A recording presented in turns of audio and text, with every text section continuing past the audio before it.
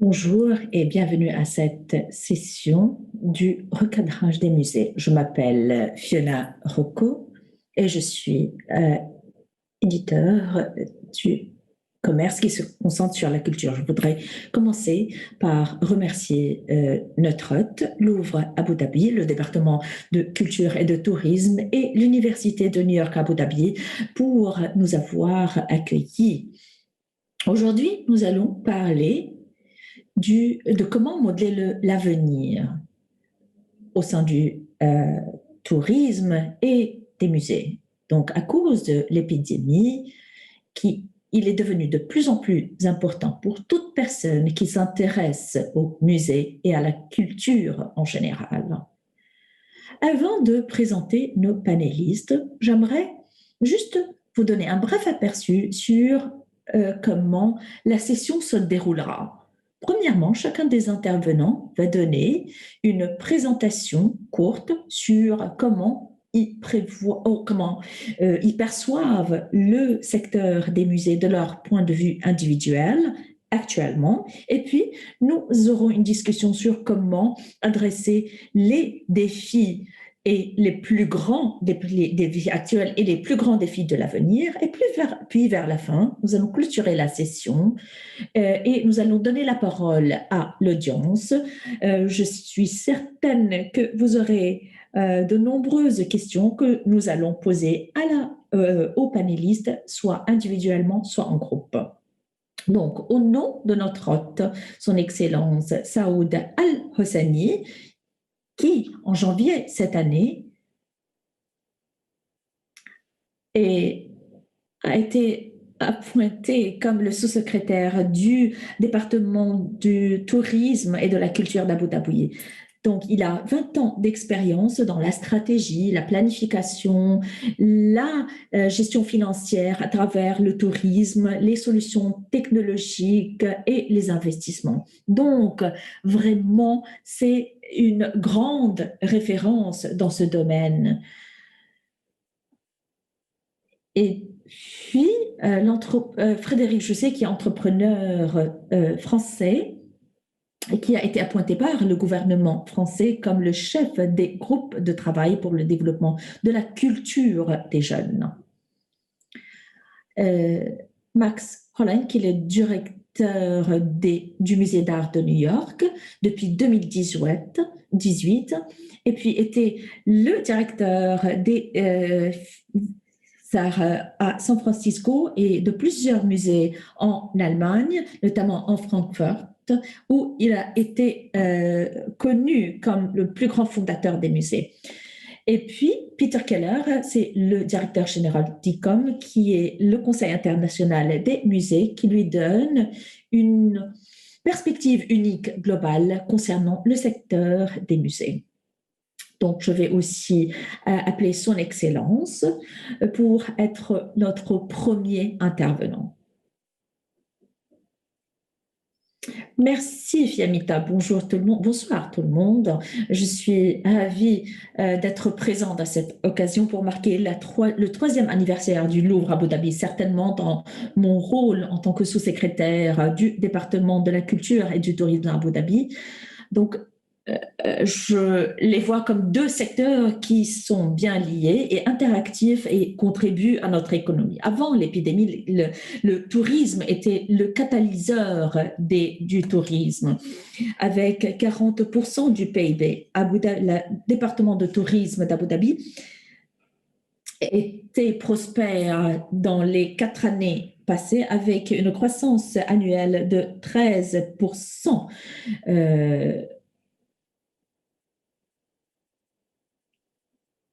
Depuis novembre 2017, Louvre Abu Dhabi a impacté notre économie en attirant des millions de visiteurs à travers le monde, attirant des partenaires mondiaux et aussi nous aider à établir une économie diversifiée. Depuis l'épidémie, plusieurs industries ont été attaquées, notamment le tourisme et la culture, qui étaient en fait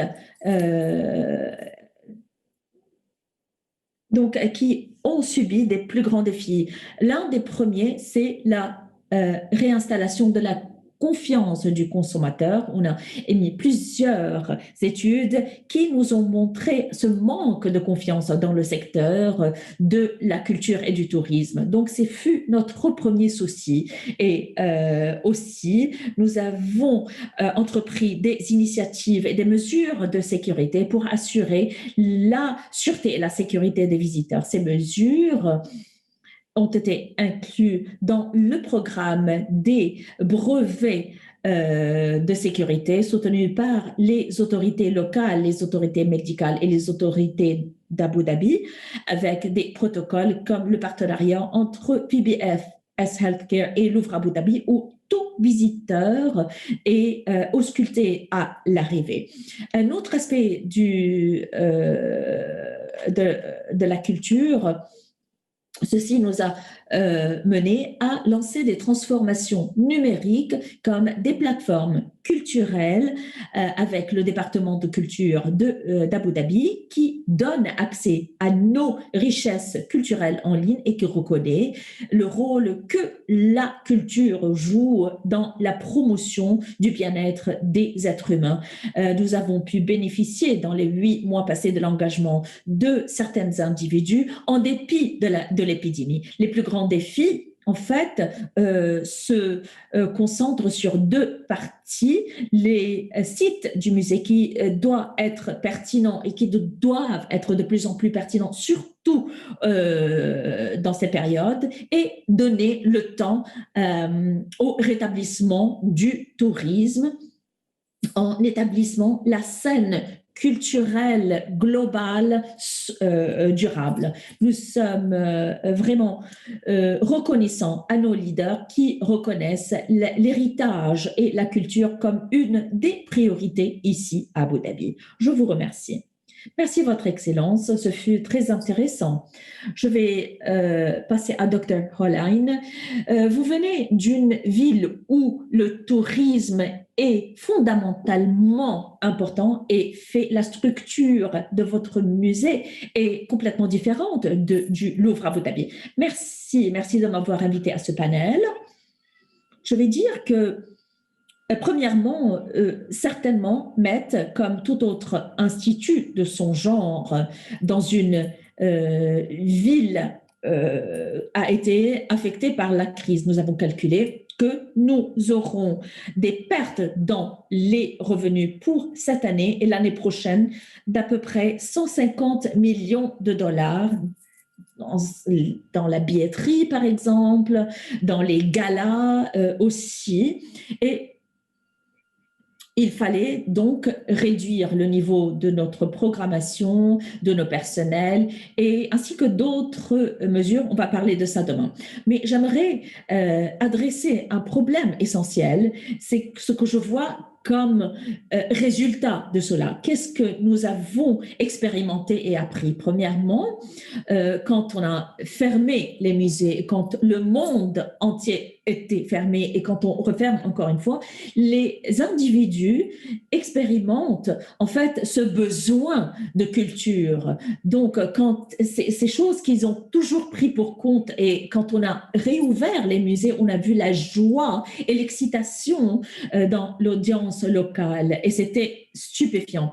Et ce désir d'avoir ces facilités qui a continué à croître et c'est quelque chose que nous devons continuer à faire. Le deuxième élément, c'est qu'en fait, durant ces temps de fermeture, nous avons essayé de croître la plateforme et en fait, cette croissance nous a permis à comprendre le public, le consommateur, qu'est-ce qu'ils veulent, qu'est-ce qu'ils désirent avoir. Donc, le musée n'est pas vraiment un endroit à visiter, mais c'est un fournisseur de culture, d'éducation. Donc, on est comme une institution éducative. Ceci nous a aidés à démontrer d'une façon plus transparente qu'auparavant, les services, pas seulement les visites, mais les services que ces musées peuvent rendre aux sociétés. Certainement, Ces temps étaient des temps de réflexion sur qu'est-ce qui est crucial, qu'est-ce qui est important à faire et quels sont les résultats de cette épidémie et qu'est-ce qu'il faut faire pour les musées, pour l'avenir. Deuxième chose, c'est que les musées sont généralement des personnes, des institutions de dialogue qui mettent les individus ensemble, qui recueillent les individus ensemble, surtout aussi dans les temps quand on voit des frontières qui tombent, des restrictions et quand on établit une plateforme, quand on crée une plateforme pour le dialogue qui sont de nos temps plus pertinentes que jamais. Donc, c'est ce que je voulais dire. Merci beaucoup, très intéressant. Vous avez parlé des opportunités et dans ces moments de dépression. Donc, Peter, la parole est à vous maintenant. Vous avez un certain point de vue sur les musées qui sont individuellement différentes, mais il y a certains des schémas ou des tendances. Vous êtes la personne la plus qualifiée pour nous dire quelles sont les tendances que vous avez vues cette année. Le microphone, s'il vous plaît, monsieur, on ne vous entend pas. Le microphone. Le microphone, non. Donc, je viens de l'association des professionnels de musées dans le monde avec 49 membres dans 40 pays différents. Nous essayons d'avoir une perspective. Au début de l'épidémie, nous avons lancé un sondage et je vais vous donner un exemple pour vous donner une idée de la situation à travers le monde. Parce que quand le confinement a commencé,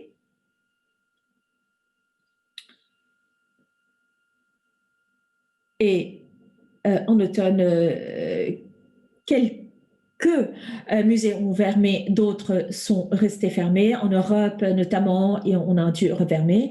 Donc, en fait, l'impact économique de cette épidémie était substantiel. Et mon collègue a déjà parlé de la perspective globale. Les musées ont perdu la moitié de leurs revenus, surtout dans l'Afrique, l'Asie et au Moyen-Orient. Et les pays qui reposaient sur le tourisme sont les pays qui ont perdu le plus. Voilà pourquoi le secteur est en train de rétrécir au sein de cette situation. Et voilà pourquoi nous avons lancé ce sondage pour les musées. 40% du personnel n'existe plus et 6% des personnes s'attendaient à ce que les musées soient fermés d'une façon permanente. Donc, ces chiffres sont différents en Amérique du Nord, mais dans les pays arabes, ils sont considérablement élevés. En Amérique du Nord, 2 à 3 fois plus grande. Dans la région arabe, 22% des personnes s'attendent à voir les musées se fermer. Donc, en même temps, les musées sont en train d'innover, surtout à une échelle globale. L'épidémie a accéléré la transformation numérique. La plupart des musées à travers le monde sont plus actifs sur les réseaux sur les réseaux sociaux et ont établi des programmes. Mais comme il a été dit ce matin lors de cette conférence, dans l'avenir, les musées doivent générer des revenus de ces activités pour recouvrir les pertes qu'ils ont subies et recréer des emplois. C'est juste pour vous donner une idée et peut-être un peu plus tard, on pourrait éventuellement aller dans les détails. Je vous remercie. Merci. Donc, une très grande tâche vous attend. Alors, Monsieur Jousset, vous avez une grande expérience, étant donné que vous êtes entrepreneur. Est-ce que vous pouvez nous dire quelles sont les perspectives ou comment prévoyez-vous le secteur privé Donc, de votre point de vue philanthropique, entrepreneur, donc, comment voyez-vous les choses? Merci beaucoup. Je me rappelle Abu Dhabi. J'étais à Abu Dhabi avec le président Macron en 2017. C'était quel beau souvenir, mais j'ai l'impression que c'est depuis des années. Donc c'est une grande perturbation, mais pour les Chinois, ils considèrent ceci comme une opportunité. Donc il faut voir les deux facettes de la chose. Donc je me rappelle au Louvre, tous les mois, ils perdaient 2 millions d'euros. La billetterie aussi a perdu. Les contrats existent, mais pour l'avenir, il serait très difficile de prévoir. Et si on compare la situation en 2015, où il y a eu les attaques à Paris, et quand les musées ont réouvert, ils n'ont pas réouvert avec toute leur capacité. Ça a pris des mois pour accueillir les visiteurs. Donc, l'écosystème, les restaurants, les librairies, les bibliothèques qui ont été et seraient affectées pour des années à venir. Le Louvre suit des filiales et moi j'habite à Londres et je dirais qu'à Londres c'est un peu plus difficile. Les musées britanniques ont perdu, le musée de la Conception est fermé, donc la magnitude de cette épidémie est immense. Donc pour aller de l'avant, il faut réinventer les musées et financer en fait les trois piliers. Le sponsoring. Donc, la sponsorisation et la billetterie ne sont pas suffisants. Il doit y avoir d'autres mouvements politiques ou attaques terroristes qui vont restreindre les personnes de visiter tel ou tel pays. Donc, nous devons absolument réinventer pour un financement durable ces musées. Et puis, entre le point A et le point B, nous voyons la compétition d'autres expériences d'art. À Paris, par exemple, l'Atelier des Lumières, ils ont créé 3 centres numériques où vous pouvez voir des peintures, des pièces de Van Gogh, que ce soit dans le domaine du divertissement ou de l'éducation. Donc, ils ont pu attirer 1,5 million de visiteurs par an et nous allons voir de plus en plus l'expérience numérique qui va s'améliorer avec la 5G, avec les caméras à haute résolution, les 8K drones. Donc, il y a une compétition vis-à-vis des musées et ils doivent absolument se réinventer dans une ère, dans cette période où nous vivons. Très intéressant. Plus d'autres opportunités qui arrivent. Donc, je vais parler à notre dernière intervenante, professeur François Benamou, qui est économe à Sorbonne Paris Nord et spécialiste dans la culture économique. Elle a passé 6 ans au comité du Louvre à Paris et en septembre, elle a lancé son livre « Économie du patrimoine culturel ».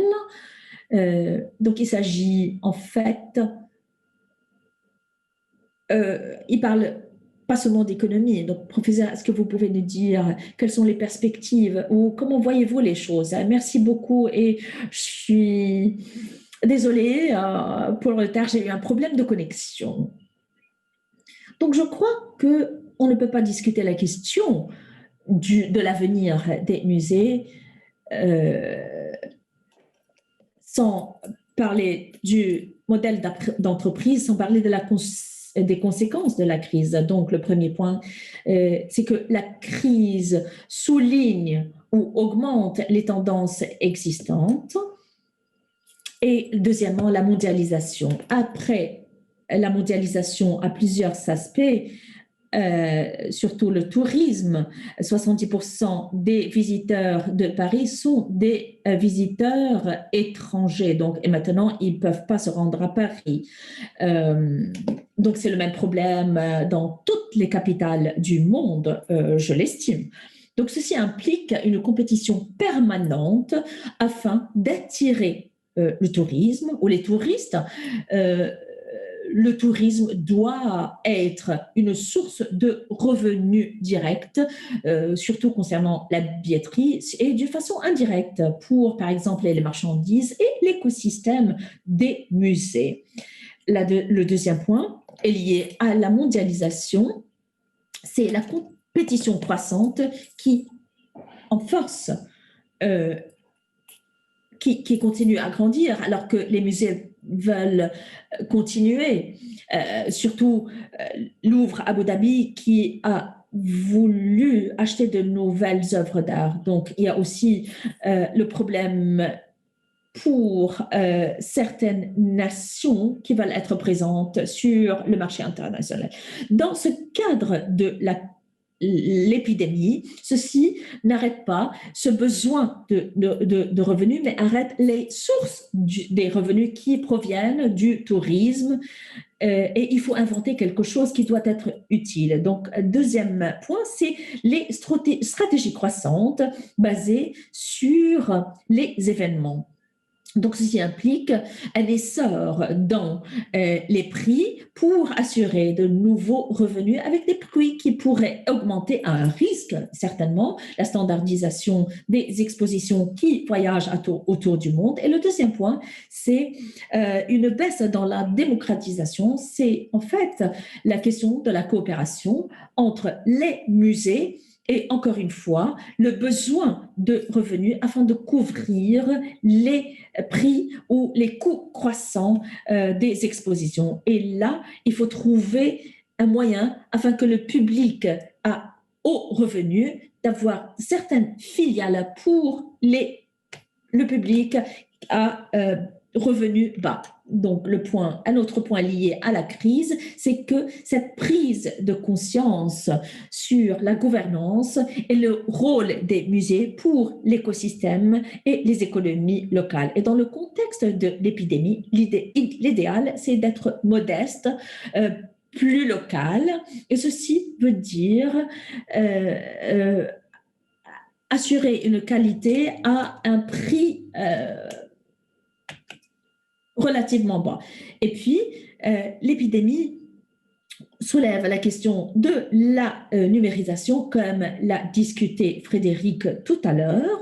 Et la numérisation permet un accès, peut-être c'est un outil pour la démocratisation, mais dans d'autres cas, il n'y a pas un modèle d'entreprise. Frédéric, je sais, a fondé ce second type de musée numérique, mais quand on parle, par exemple, de grands investissements pour les grands musées dans la numérisation, je ne suis pas sûre s'il y a un modèle d'entreprise derrière ces investissements dans leurs investissements. Et ceci me mène à demander peut-être à Google de créer ce genre de musée global. Donc, ça doit être la fonction des musées, non pas de Google. Voilà pourquoi, et je vais terminer avec cela, de nouveaux modèles de financement afin de trouver ces nouveaux modèles de financement, il faut établir un certain équilibre entre la conservation, la mission de conservation d'un côté et ce que j'appellerais les stratégies d'entreprise. Donc, un équilibre entre les événements et l'exposition basé sur les blockbusters et en fait des sujets plus scientifiques et plus ciblé. Équilibre entre la logique locale et globale, l'accès numérique et l'accès au virtuel et l'accès physique. Et ce sont, je crois, les défis de demain. Si. Donc voilà ce qui nous attend. Mais c'est vrai que la fondation, c'est l'argent, c'est le nerf de la guerre. Et donc c'est vrai que par rapport au musée. C'est vrai que c'est vraiment les expositions blockbuster ou bien tout cela, et c'est vraiment, ça a été coupé au pied par la pandémie. Il y a donc de la pression sur les financements, sur les prêts entre musées. Quand on entend que le Louvre perd 10 millions d'euros par mois, mais c'est vrai qu'il y a des musées qui sont subventionnés par les pouvoirs publics. Mais les millions perdus cette année seront remplacés par les musées subventionnés, par les musées publics en fait. Le Met est l'un des musées qui certainement recouvrera la santé, mais beaucoup d'autres musées dans différents pays ne pourront pas recouvrer cette santé économique. Pour beaucoup d'entre eux, ils dépendent des financements privés ou alors parfois d'un système mixte, un petit peu de financement public, mais toutefois qui sont encouragés à faire appel aux fonds privés. Comment est-ce que ces musées pourront recouvrer leur santé financière? Max, est-ce que nous pouvons peut-être commencer par vous et ce que le Met a engagé par rapport à cela? Bien sûr, pour l'instant, nous avons donc un fonds de dotation pour des milliards de dollars pendant desquels nous pouvons utiliser nos fonds, nous pouvons puiser pour les fonds de fonctionnement. Pour nos coûts, quelle est quelles sont vos recettes alors par an? Si l'on enlève 5% de taxes, c'est énorme. Bien sûr, nous ne pouvons pas utiliser tout cela pour nos fonds de fonctionnement. Mais par rapport au mécénat, nous avons à peu près 200 millions de dollars par an que nous pouvons utiliser pour nos coûts de fonctionnement. Donc, il faut que nous nous souvenions du fait que les coûts, quel que soit le nombre d'expos que vous faites, c'est vraiment le coût du personnel qui est le plus élevé.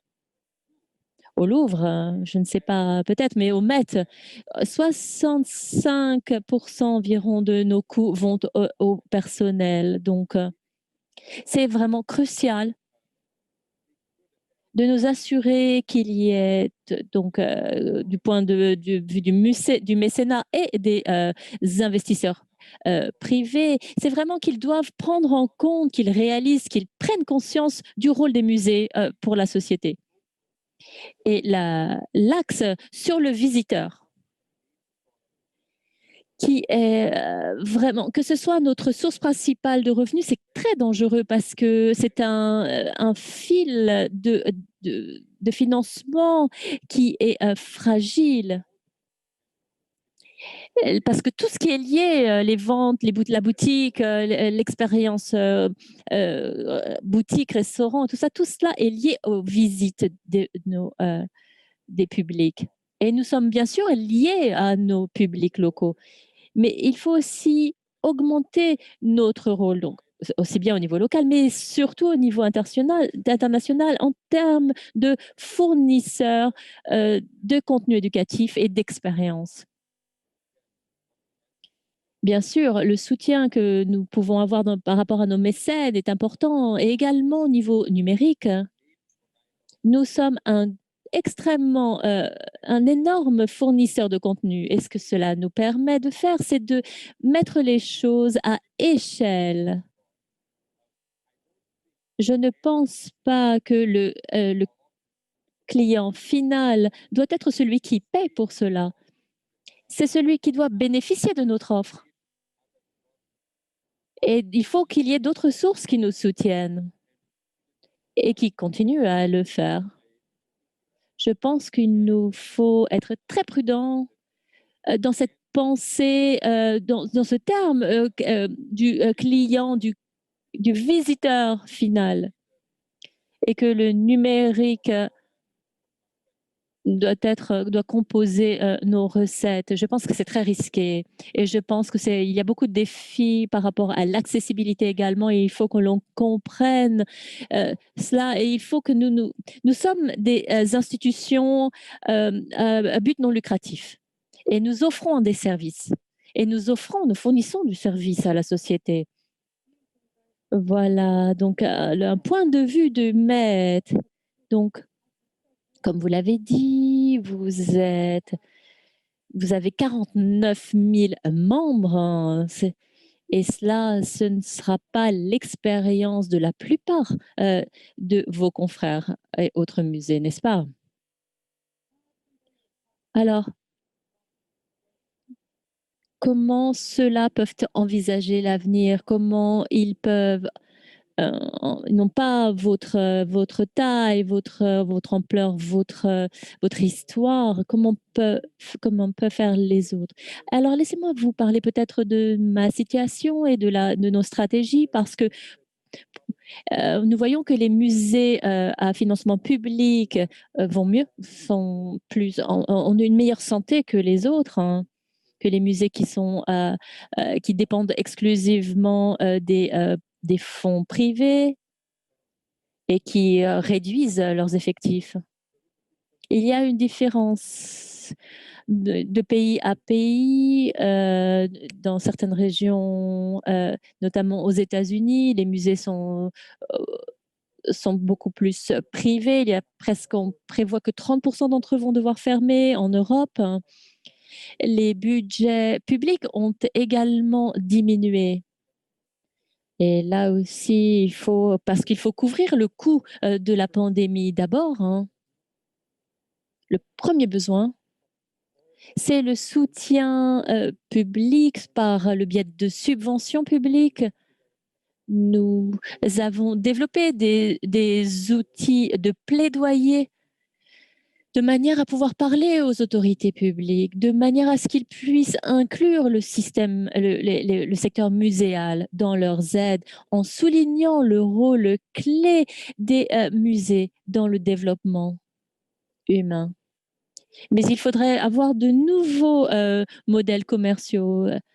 Les journaux se retrouvent dans le même cas de figure, hein, avec leurs activités en ligne à repenser.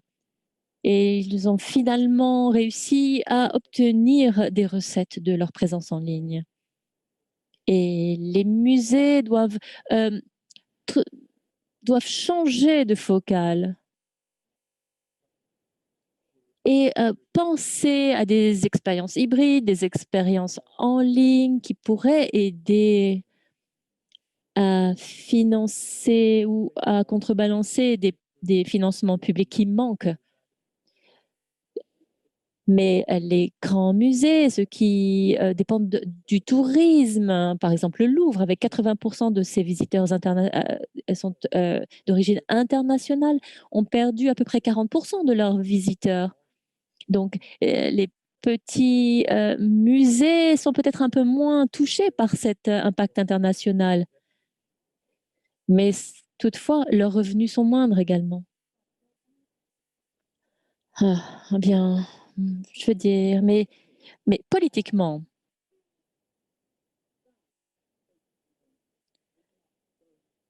les financements publics ne vont pas forcément aller dans le sens où les musées souhaiteraient qu'ils aillent.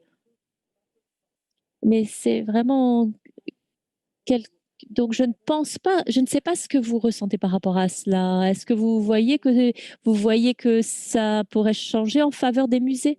Et par rapport à l'industrie des journaux, c'est quelque chose que nous devrions peut-être approfondir. C'est vrai que moi, c'est mon précaré. Je viens du monde du journalisme. Professeur Benhamou, est-ce que vous pourriez peut-être nous détailler? J'aimerais peut-être faire un contraste entre la France et des pays où il y a des différents modèles commerciaux. Comment est-ce que vous voyez les choses par rapport à la France? La guérison financière. Oui, en France, l'État et également les autorités locales et ont une attention toute particulière pour le secteur de la culture. Bien sûr, c'est jamais assez. Nous avons des subventions néanmoins. Nous subventionnons les musées, les endroits privés également. Mais je pense que l'État ne va pas pouvoir couvrir, se porter garant de toutes les pertes. Les recettes, notamment celles qui proviennent du tourisme. Il faudrait que nous pensions à de nouvelles programmations, peut-être de nouvelles stratégies pour les 2 ou 3 ans, avant d'arriver à une santé financière. Mais de manière plus générale, le désastre, si je peux me permettre de dire cela, quand on dépend non seulement du tourisme, mais également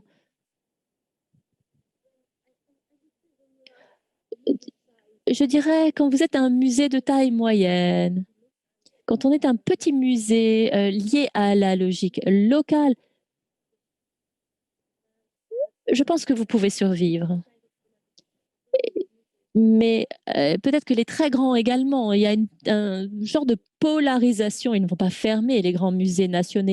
Mais le souci, c'est tous les musées qui sont en zone intermédiaire, qui sont des musées de taille moyenne. Et pour eux, les difficultés en risque d'être plus importantes puisqu'ils dépendent des autorités locales, des pouvoirs publics locaux.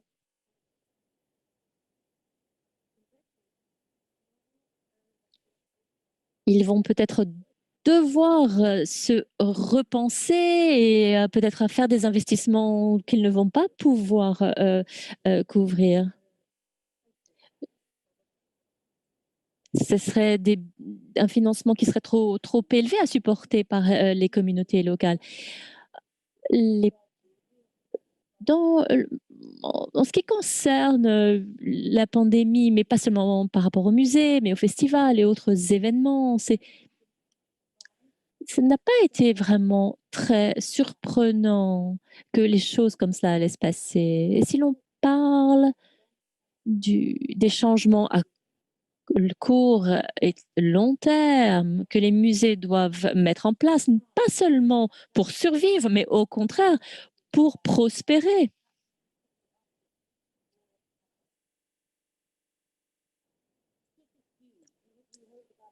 Donc il faudrait peut-être prendre en compte, trouver un équilibre. Est-ce que peut-être, est-ce qu'on pourrait avoir votre point de vue par rapport au golf, par rapport à Abu Dhabi et est-ce que vous pourriez peut-être nous parler, du Louvre Abu Dhabi, votre Excellence? Nous sommes dans une période de, rec recouvrement de notre santé financière. Nous avons un axe sur la communauté locale. Nous interagissons beaucoup avec la communauté locale, avec l'éducation locale. Pour nous, c'est quelque chose de clé. Donc sur cette phase, vraiment, nous allons nous concentrer sur nos communautés locales. Et donc ce sera un plan qui va être en parallèle avec le plan d'une amélioration au niveau du tourisme. Alors, vous voyez, les 2 points sur Londres et sur Paris, c'est très différent. Que pensez-vous des changements difficiles à venir sur le court terme et sur le long terme pour, recouvrer une santé? Je pense, il faudrait peut-être donner un nouveau souffle. Peut-être avoir des activités développer des activités qui soient plus pertinentes pour les jeunes, qui leur parlent davantage. Pas que des activités qui soient liées, au musée, mais peut-être des activités qui génèrent, des revenus, travailler aussi sur les modèles commerciaux des musées et engager, faire interagir, le public. Je vais revenir à vous, Votre Excellence, la manière d'intéresser les publics.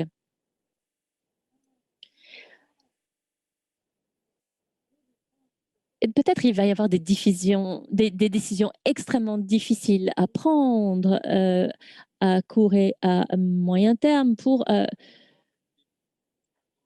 moi, je pense que les choses les plus difficiles, les mesures les plus difficiles à prendre ont déjà été prises. Pas seulement pour optimiser les coûts, mais le défi est plutôt d'inventer de nouvelles sources de revenus. C'est un paradigme de changer notre paradigme et d'adopter un paradigme focalisé sur le client. Les défis c'est vrai que les musées sont plutôt dirigés par des personnes d'une cinquantaine ou d'une soixantaine d'années qui ont commencé leur carrière dans les années 70 quand le numérique n'existait pas. Et souvent, ils ont fait des études très longues d'histoire de l'art et ils n'ont pas vraiment cette sensation, ce rapport avec le monde de l'entreprise et il faut se réinventer. Et c'est vrai, quand on a une carrière très réussie pour être directeur de musée, mais ça reste dans l'univers de l'art, mais il faudrait envisager les choses bien au-delà. Et penser au futur, à ce qu'il pourrait ressembler. Quand on pense au musée, ils ont des recettes, ils ont des actifs extrêmement intéressants. Si l'on pense au Met, à Beaubourg et au Louvre, tout le monde connaît le Louvre. Ils sont très connus. Ce n'est pas seulement la sensibilisation, c'est aussi la crédibilité. Donc, il y a plein de licences. Il y a plein de choses que les musées peuvent faire de leur marque. Le Louvre s'est associé avec DS, c'est une marque de Peugeot, et ils ont lancé ensemble un véhicule qui a été lancé en Chine. Et donc, il y a une campagne par rapport à cela, aux pyramides du Louvre. La campagne a été lancée en Chine. C'est peut-être quelque chose à creuser. Il y a également un savoir-faire. Ils ont beaucoup de savoir-faire on peut euh, monnayer et faire du conseil. Les statistiques que nous avons sont que dans la prochaine décennie, plus de milliers de musées, des musées privés vont ouvrir et tous ces monuments, tous ces espaces vont avoir besoin de l'expertise des grands musées, ceux qui sont là depuis le 19e siècle. Et donc, ça peut être une source de revenus à creuser. Mais, bien sûr, il y a les produits dérivés, les produits sous licence. Et vraiment, on peut se baser aussi sur l'image de marque, sur la marque, et elle est synonyme de créativité.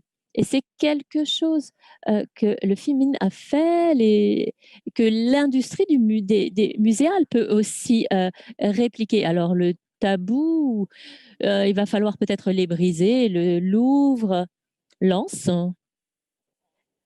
Le Louvre prête environ 2500 œuvres d'art par an et pratiquement gratuitement. Le Louvre Abu Dhabi a été la première collaboration payante pour le Louvre.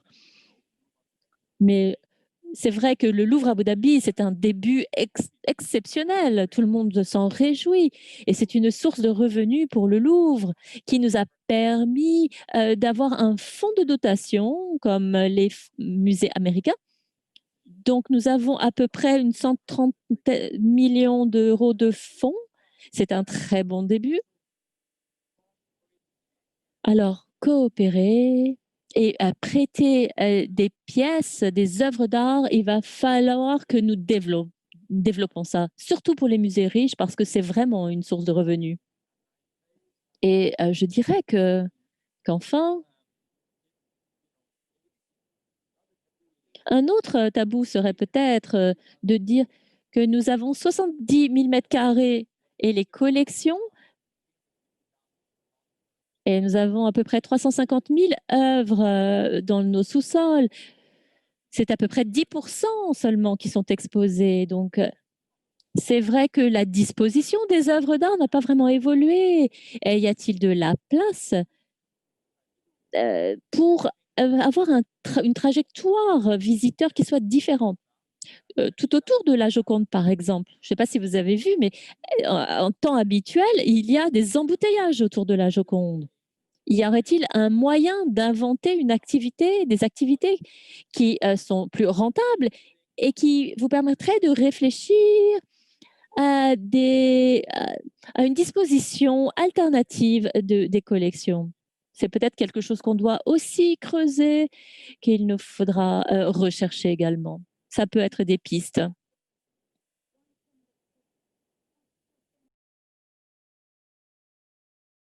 Une chose qui parle, et c'est une chose que de parler de compétition et de collaboration, comment gérer la tension entre les deux? Professeur Benamou, je sais que vous avez une opinion par rapport à cela. Comment envisagez-vous de gérer la collaboration entre la compétition et la collaboration justement avec les autres musées? Attention, votre micro ne fonctionne pas. Allô? Madame, votre micro ne fonctionne pas?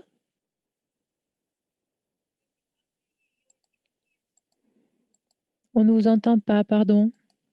Ah, c'est bon. Excusez-moi. Je suis d'accord avec ce que Frédéric vient de dire, mais cela concerne les grands musées de marque, de renom. Aujourd'hui, notre problème, c'est de créer un écosystème de musées pour ceux qui vont permettre cette référence avec les autres.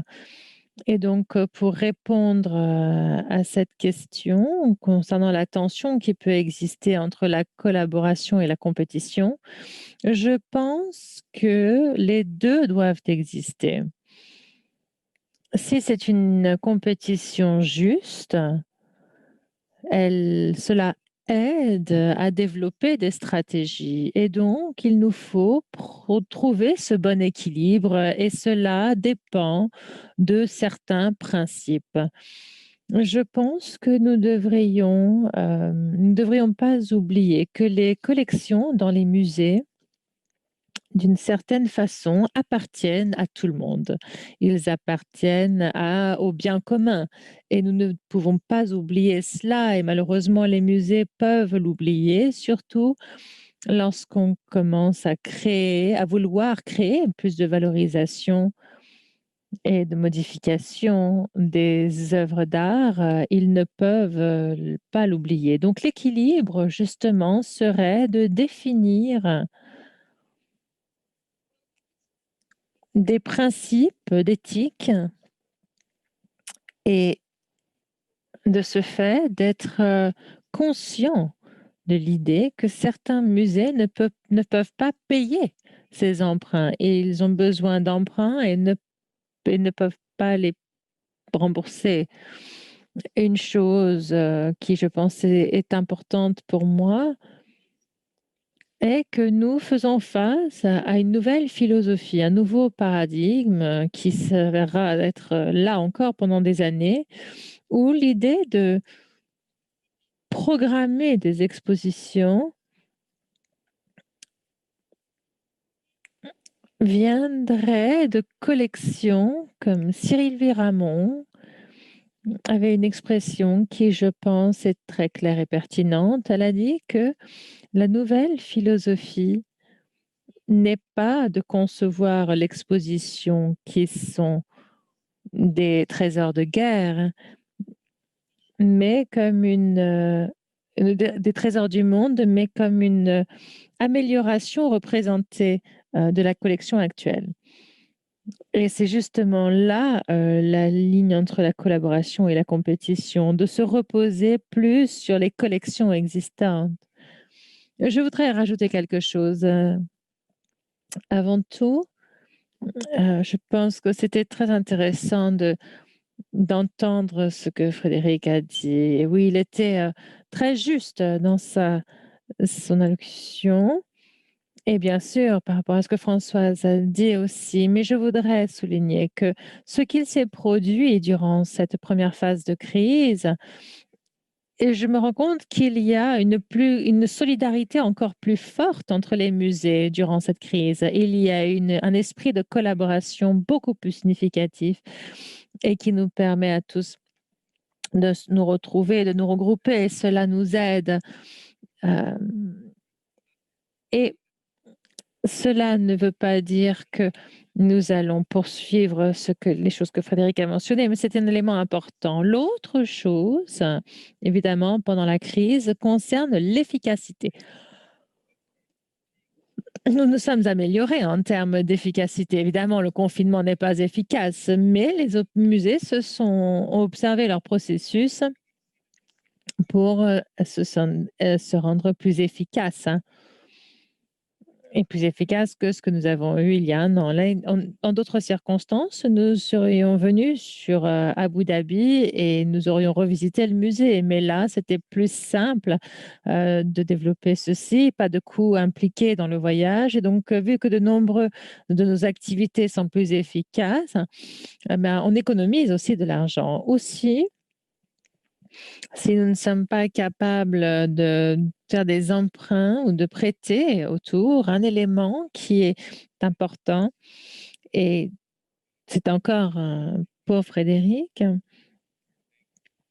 il veut penser à la place du client. Ce n'est pas un langage que l'on utiliserait généralement, mais l'idée derrière cela est qu'il nous faut améliorer notre façon de raconter les histoires et de la façon dont nous engageons et nous développons les récits et comment nous interagissons avec tout le monde. Encore une fois, il s'agit de voir comment nous pouvons nous engager interagir avec cette audience et quel récit nous allons développer. Encore une fois, c'est quelque chose qui ne peut être calculé, mais que les musées ont développé, ont appris à faire et a été accéléré durant cette dernière période. De nombreuses choses que nous faisons actuellement et que nous gérons ont été avec nous et ont fait partie des défis passés. La pandémie a accéléré certaines choses que nous avions commencé à mettre en place, mais qui n'étaient pas considérées urgentes. Et aujourd'hui, je pense que c'est très sain. Si je peux juste me dire un mot, s'il vous plaît. Je suis d'accord avec Max Hollein quand on parle de l'esprit client-centrique. Il y a quelque chose que l'on manque, c'est le prix de la mission. C'est un prix, le prix universel, le prix fixe, c'est quoi? 25 $ pour le mètre, 25 $ pour le... Mais pour les locaux, c'est payer ce que vous voulez. Et vous le payez que vous passiez 5 minutes ou une journée complète. Vous le dépensiez si vous êtes riche ou pauvre ou que vous viviez au Japon ou à New York. La sensibilité n'a jamais été soulignée. Évidemment, si vous êtes un visiteur chinois, vous avez payé votre billet d'avion 1 000 $ plus votre chambre d'hôtel, 300 $. Est-ce que vous n'allez pas visiter le Louvre parce que ce n'est pas en dollars? Évidemment pas. Vous allez payer les 30 $. Et si vous venez de la banlieue parisienne, c'est beaucoup d'argent, c'est trop d'argent. Donc, il va nous falloir créer un gestionnaire des finances pour développer une meilleure expérience. Comme pour les compagnies aériennes, si vous voulez être correctement assis, vous avez la classe à faire et vous payez pour le service. Et ça va secouer le monde culturel parce qu'aujourd'hui, c'est un prix pour tous, mais il y a d'autres choses qui n'ont aucun sens. Surtout, par exemple, une pré-réservation sur Internet. Vous pouvez choisir votre expérience. Nous savons que les musées se collent sont saisonniers et développent une façon enrichie de visiter le musée à un prix plus élevé. Il nous reste 5 minutes avant la session de questions Et je voudrais juste étayer encore un sujet. Il y a un point que Dr. Holland a développé, c'est l'approche vers la jeunesse qui ne veut pas seulement visiter un musée, il veut ressentir. Ils veulent voir qu'ils font partie d'un monde, qu'ils partagent une valeur. Et beaucoup de jeunes dans le monde font appel à une justice sociale, à une égalité. Qu'est-ce que cela veut dire pour les musées?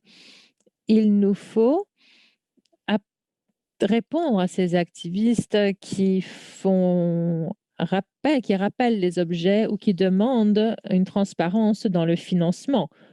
Que leur dites-vous, Dr. Holland? Vous avez eu une demande pour la restitution coloniale, mais la transparence dans les financements, ça a été un problème au Met, avouez-le. Nous sommes... écoutez, c'est une réussite pour nous. Les musées se sont ouverts. Il s'agit d'accessibilité, d'audience, pas seulement qu'ils visitent quelque chose.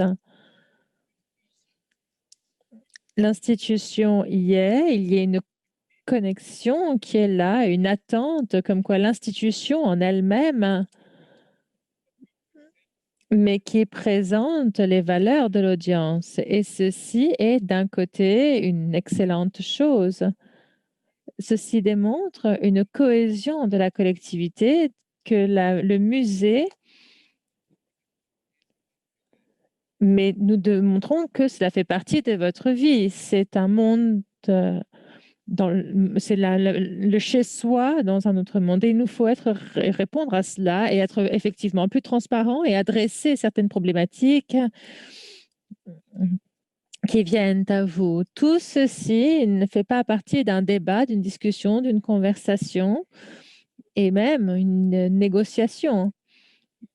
Cela est effectivement difficile à répondre, mais je vois que c'est quelque chose de très sain et qui est fondamental pour les musées du 21e siècle. Nous parlons de l'audience plus jeune, cette audience plus jeune que nous allons convaincre, pas seulement que nous sommes une institution, mais que tout le monde veut être associé à cela car ils veulent se l'approprier. Pas seulement sur un programme spécifique, mais tout. Je voudrais que Son Excellence réponde aussi à une question par rapport au concept de Louvre à Abu Dhabi qui est fondamental. Absolument, tous les musées ont une responsabilité de répondre à la distanciation sociale. Ici, nous parlons d'histoire globale et donc, par définition, nous sommes inclusifs et unis. Nous avons mis en place une structure gouvernementale qui est forte pour permettre une forte acquisition de la collection tout en suivant le protocole international. Et notre protocole est aligné avec les directives pour nous permettre faire de sorte que le comité d'acquisition soit évalué correctement. Merci beaucoup. Je vais maintenant relever les questions là qui nous arrivent de tous les participants et je souhaiterais commencer par en prendre une qui va secouer un peu tout le monde. De Nora Haim. Alors, que peuvent les musées apprendre de Netflix? Peuvent-ils envisager un même modèle de culture? Alors, je vais répondre à cela. Ce que nous pouvons apprendre de Netflix est que alors que Netflix est un service global,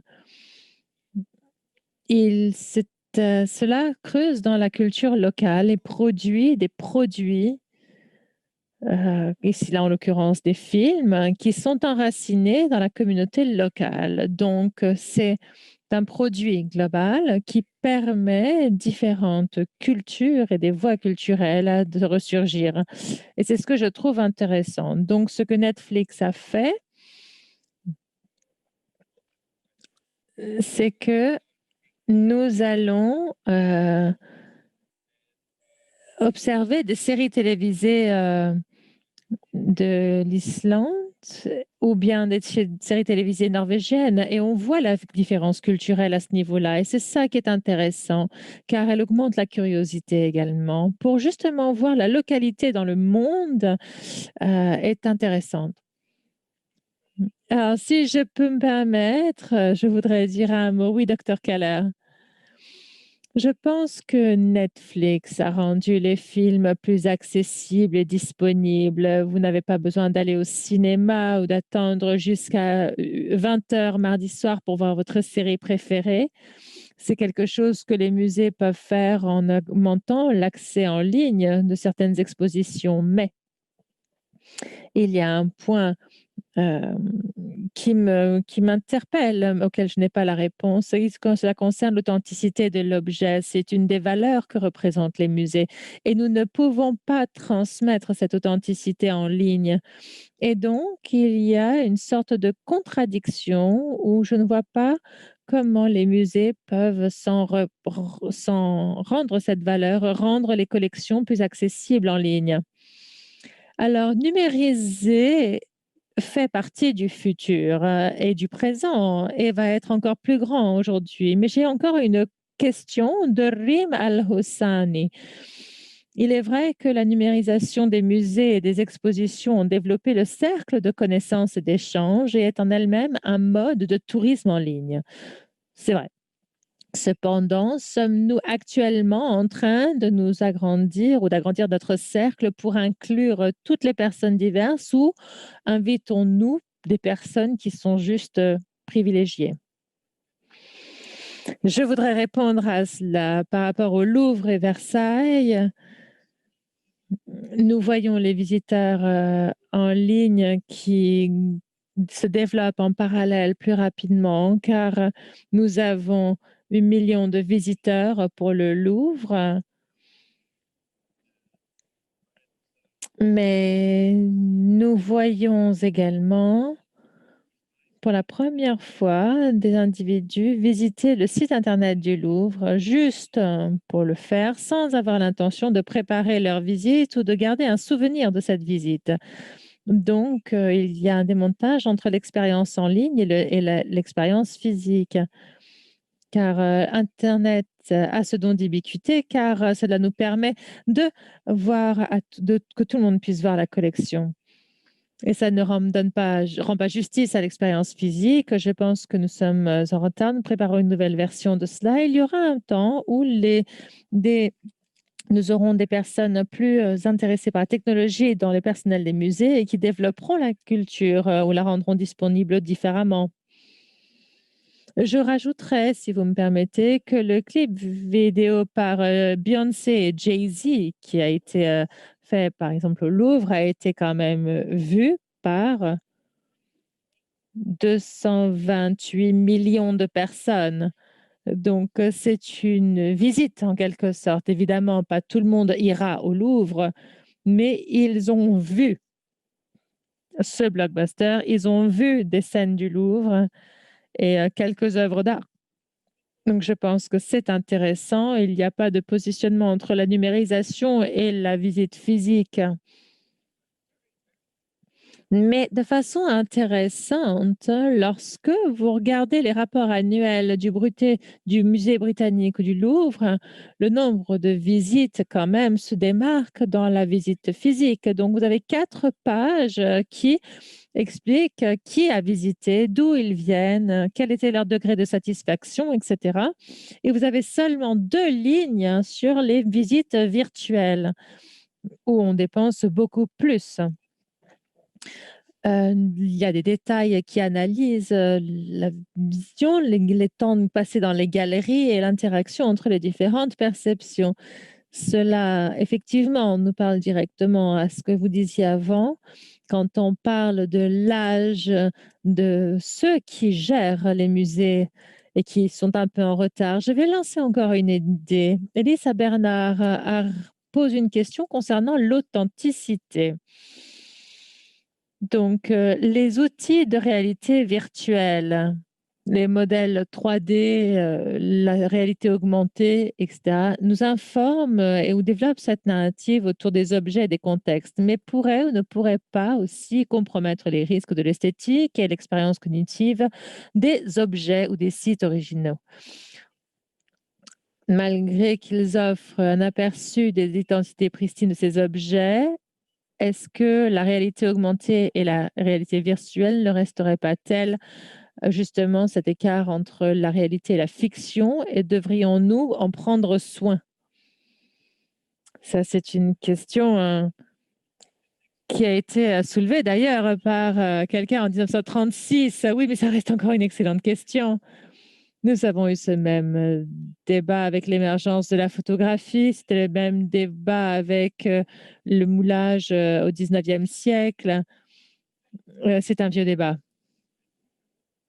Je pense que Max pourrait y répondre, mais pour moi, c'est un vieux débat. Je pense que vous avez raison. C'est la même chose qui a eu lieu avec la photographie ou même les catalogues lorsqu'ils ont été publiés, qui a justement pris l'attention de tous. Il y a un potentiel énorme, que ce soit sur place ou ailleurs.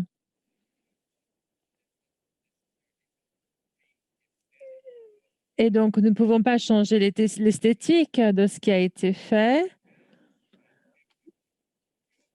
Et cela amplifie car nous ne pouvons expérimenter cela en profondeur car cela développe un contexte dans la compréhension au sens large et explique comment nous pouvons placer ceci dans un contexte encore différent. Pensons à la polychromie et comment les sculptures de marbre paraissaient très différentes il y a 1000 ans. On montre que de façon médiévale, il n'y avait pas d'objet singulier, mais que tout se faisait ensemble. Je ne dis pas que nous allons changer la façon de faire, mais la réalité augmentée vous permettra de voir l'expérience et la compréhension de la séance, et nous avons manqué à cela, sans pour autant que nous puissions le développer avec un texte. L'image parle bien plus. Françoise Benamou, vous souhaitiez rajouter quelque chose? Vous êtes votre micro, s'il vous plaît. Merci. Lorsque je dis que c'est complémentaire, et quand on voit le cas des cinémas avec des écrans, certaines personnes pensaient que les théâtres disparaîtraient. Et aujourd'hui, en France, nous avons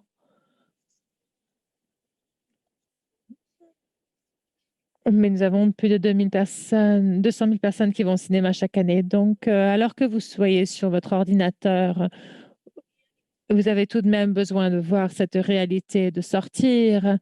Surtout avec cette pandémie, ça a été fait. C'est un point important. Les musées doivent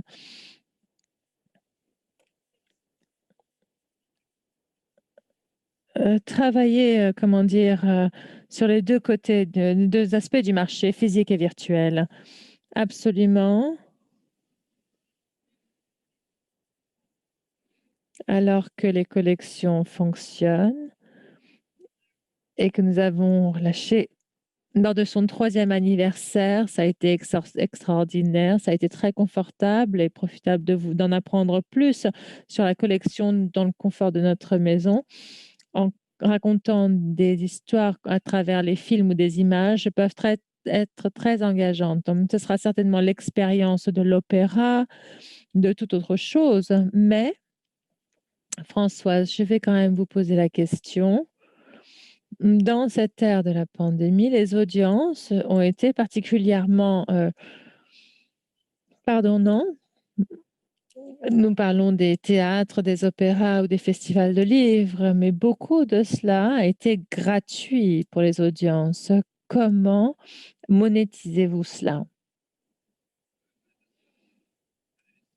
Comme un panéliste l'a dit, Pour maintenant, il n'y a pas un musée à ma connaissance qui a de la publicité sur son site internet. Je pense que ce serait difficile, ou il faudrait que ce soit de très, très grande qualité. Il faut que ce soit mineur, même si l'impact est important. Je dirais qu'il faudrait que ce soit financé. Je ne suis pas sûre que la publicité en ligne soit vraiment une source de revenus pour les musées. Mais peut-être l'éducation, c'est ce que fait le MoMA. Ils font un cours en ligne pour l'art contemporain qui est gratuit, mais si vous passez, si vous réussissez, vous avez votre certificat, vous devez payer $40 pour pouvoir le partager sur LinkedIn ou les réseaux sociaux. Et ça, c'est une source de revenus intéressante. D'accord. Voici une question de Max en ligne qui suit de cela. Quelle est votre réponse aux idées de développement de revenus? Je pense qu'aucun d'entre eux sont tabous. Tout doit être poursuivi et perçu différemment. Frédéric l'a mentionné. Il vous faut avoir la licence qui a lieu. Et si cela se passe correctement, elle peut développer pas seulement la conscience de l'institution, mais créer un nouveau cadre. L'idée de consultation est intéressante et nous continuerons et nous le faisons déjà actuellement. Je dirais que nous avons à peu près des collectionneurs privés qui viennent à nos comités pour en apprendre un peu plus de ceux qui devraient collectionner et autres. Ils viennent susciter des conseils, chercher des conseils. Donc, je pense que certaines choses qui sont un peu plus compliquées sont, comme Frédéric l'a dit, c'est la redistribution de l'espace et peut-être allouer un espace à différents objectifs, peut-être des objectifs commerciaux. C'est pas quelque chose qui est facile à accomplir, je suis d'accord, mais c'est quelque chose qui peut-être pourrait être envisageable.